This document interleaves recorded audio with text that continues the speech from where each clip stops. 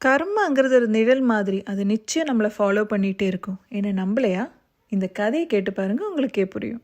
ஒரு கிராமத்தில் ரொம்ப அமைதியான ஒரு பொண்ணு, ஆனால் அவளோட புருஷன் ரொம்ப கொடுமைக்காரன். எதுக்கு எடுத்தாலும் அவளை அடிப்பான். அப்படி ஒரு நாள் வழக்கம் போல் அவகிட்ட சண்டை போட, அவள் பதிலுக்கு எதுவோ திருப்பி பேச ஒரு பெரிய கம்பு எடுத்து அவளை அடித்தான். அடி அவ தலையில பலமா பட அவள் அப்பவே விழுந்துட்டான். அவளோட மூச்சு பேச்சும் நின்று போச்சு. அடிச்சே கொண்டுட்டோன்னு புரிஞ்ச அந்த கணவனுக்கு பயம் வர ஆரம்பிச்சிருச்சு. இதிலிருந்து எப்படி தப்பிக்கிறதுன்னு யோசிச்சான்.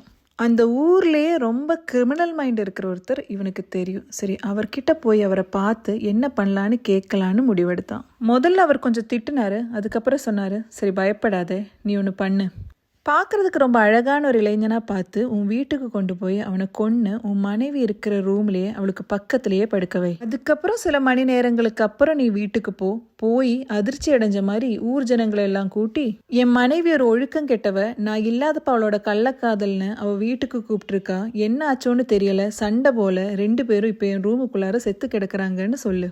படிப்பறிவே இல்லாத நம்மளோட ஊர் ஜனங்களும் அதை நம்பிடுவாங்கன்னு சொல்ல, அவனும் நான் அப்படியே பண்ணுறேன்னு சொல்லி அங்கிருந்து கிளம்பி ஒரு அழகான இளைஞனை தேடி நடக்க ஒரு பையன் அவன் கண்ணுக்கு படுறான். அவன்கிட்ட எனக்கு ஒரு உதவி வேணும், உன்னால் என் வீட்டுக்கு கொஞ்சம் வர முடியுமான்னு சொல்லி அவன் வீட்டுக்கு கொண்டு போகிறான். வீட்டில் வந்த உடனே அவன் ஒளிச்சு வச்சிருந்த தடி எடுத்து அவன் மண்டையிலேயே அடித்து அவனையும் கொல்றான். இப்போ அவனோட உடலை இழுத்துட்டு போய் அவன் மனைவி இறந்து கிடக்கிற அதே ரூமுக்குள்ளார போட்டு அவர் சொன்ன மாதிரியே ஊர் ஜனங்களை கூட்டுறான். அதை வந்து பார்த்த ஊர் ஜனங்கள்லாம் அவன் சொன்ன கதையும் அப்படியே நம்பிட்டாங்க.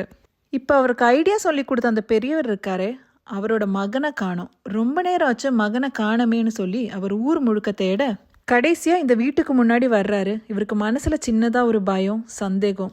வீட்டுக்குள்ளார போய் பார்த்தா அங்கே இறந்து கிடக்கிறது அவரோட மகன்.